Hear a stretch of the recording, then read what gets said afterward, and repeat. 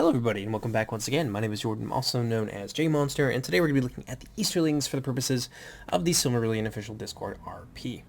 I'm going to be identifying all of the high tier, low tier, mid tier, etc. units so that you know how you are able to build your armies. And yeah, I think we all pretty well understand the rules for now. So I want to point out what is what so that you know what you are able to bring and what you are able to not bring and in what quantities. So we're going to go over this quickly. We're going to start with the lowest tier, that is mid-tier.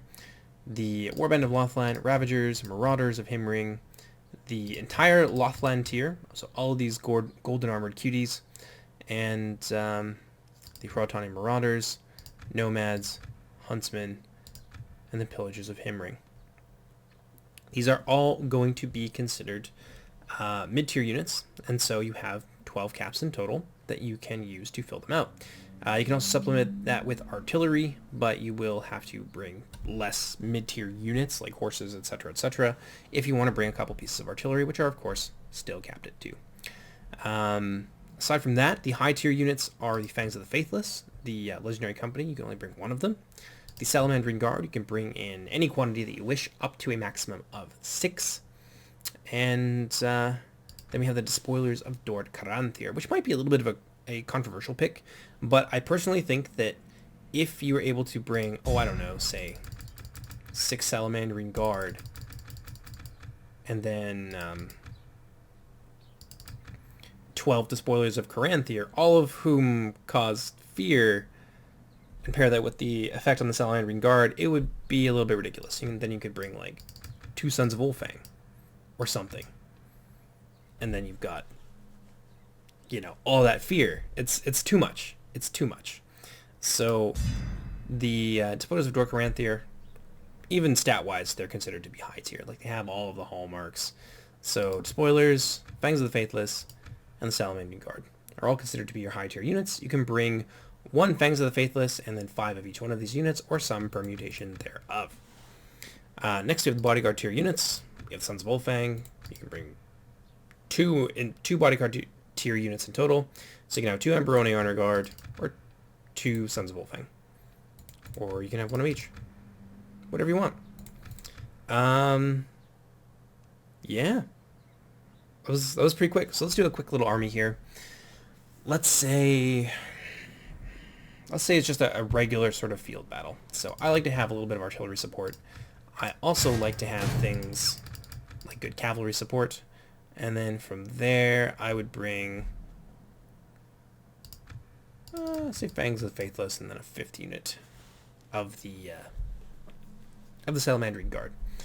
And so we've got 2 bodyguard tier things we can sort of work out. I would bring the Amberoni Honor Guard, personally. I think the Sons of Ulfang are fantastic, and you can actually upgrade their armor in this patch. But I think these guys are just a little bit more reliable. So if I was going to be in a field battle and I was going to have people come to me, I'm going to want to present like a solid wall of steel and shields so that they can't just like shoot me and get around me, etc. So this is what I would personally opt for. Don't take that as the Sons of Ulfang not being worthwhile. They are. They totally are. They're hugely powerful. From there on out, I've got, let's see, 10 mid-tier picks. So I'm going to bring some of those. I'm going to bring, say, 3 of those. 2 of these Lothland Spears. Maybe I'll bring a 3rd Lothland Spear, just for the extra support, and then I can use them to support Salamandrine Guard in the field, be a little bit more aggressive with my cavalry, and things like that. Or I could bring, this, 3 of each, and then give myself 4 Hrotani Huntsmen, or 4 of the Nomads, or 2 of each, or maybe I want to be a little bit more close quarters, bring some Pillagers, give them that attack upgrade that they so desperately long for.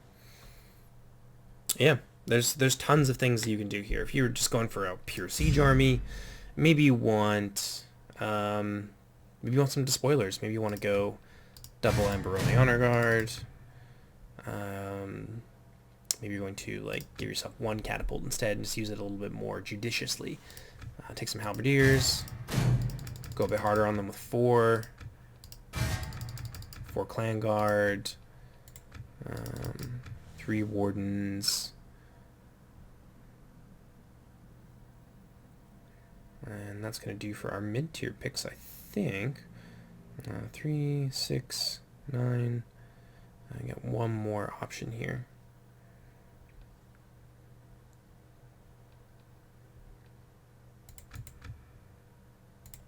Maybe we'll ditch them entirely. We'll go Grotani Marauders. And then get another clan guard. Nope, that's perfect. So that's 12 right there. And then we've got 6 high tier picks. So what do we want to do? Spoilers. Could go triple the spoiler. And then give ourselves some archers. And then get some Salamandering Guard. Why not? Always nice to have. Give these lads here some chevrons so they're a little bit better in the thick of things. And we've got a solid little siege army there. We've got good ranged units. We've got some strong close quarters potential. We've got polearm units who can grind it out. Really sticky general's bodyguards. And we've got some like on-demand fear effects here at the bottom that we can potentially use in tandem with the Despoilers of Dor Caranthier. So lots of options. Hope you guys have enjoyed this so far. Hopefully it's helpful for you and you're able to follow along. Next up is going to be the Philothrum, and we're going to be winding it down there with our last 4 factions. So I'll see you guys in a little while.